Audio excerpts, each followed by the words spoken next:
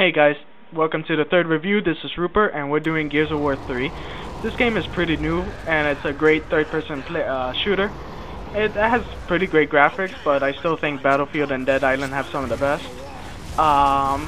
Like every other game, it has a campaign, online, and all that sort of stuff. But this game has two different modes that are quite different from other games. You have Horde mode and Beast mode. I'll talk about those in a bit. Single player is really long, 5 acts. And with like about 6 chapters in each one, so it's really long. I've played this game on Insane, and it was only worth it for the gamer score really, but other than that, this game is just too hard on Insane. But it's pretty cool. I mean, mostly you just see the story, of course, but it continues the story through the eyes of Marcus and Coltrane mostly. The game's pretty cool.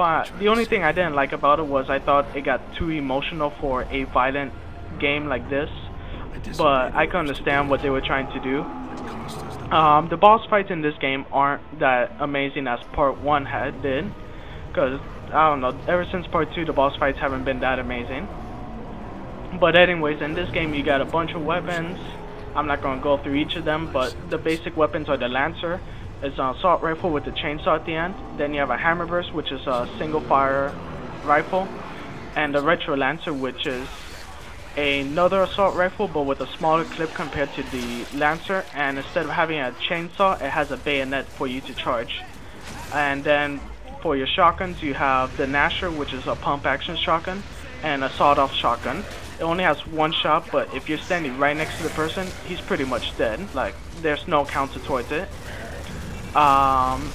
And then you have the multiplayer. Multiplayer, you get to choose what character you want to be. It's usually the main character or people that had to deal with the game. If you play as the Cogs.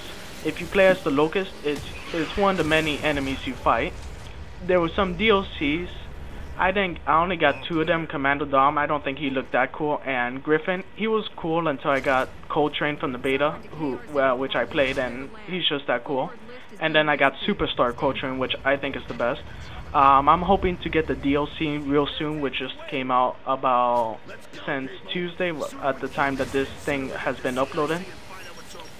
And on multiplayer, they have weekend events. This weekend, at least during the time this was recorded, we had a Can You Dig It weekend, which is pretty much only use the Digger, the Nasher, and the Botox pistol. It was supposed to be focused on the Digger launcher, but it didn't really seem like that to me.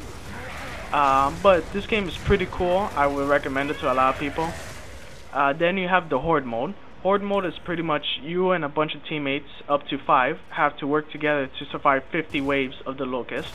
You can build fortifications with the money you get by killing enemies or by assisting and spotting. You have different things to upgrade. You start off with barricades. As you upgrade the barricades, you get access to decoys, which distract enemies. Barricades, sorry not to explain the barricades, but the barricades pretty much defend you from the enemy. Decoys distract the enemy so you can attack them. Then as you upgrade the decoys, you get the sentry gun. You get the sentry gun, and with the sentry gun it's an automatic turret that shoots the enemy for you. If you upgrade it enough times, it will deal electricity damage. If you keep upgrading the barricades, you get turrets which you can control for massive damage, and as you upgrade that, it gets better fortification and more ammo. And at the end of the barricades, you get the Silverback, which is a giant machine that costs way too much money for an underpowered what is it called? I forgot. Fortification. It isn't that great until the DLC came out, which gave it the abilities to shoot rockets like in campaign. And then Beast mode, you do quite the reverse. You survive 12. You have to kill the humans as the Locust in 12 waves.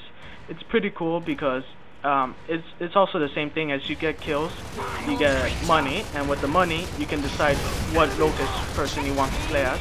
You can't choose all of them because it then decides to do that, but you can choose a great deal of them. This game is pretty cool, so I would recommend it. So then with saying that, please rate, subscribe, and favorite this video, and see ya.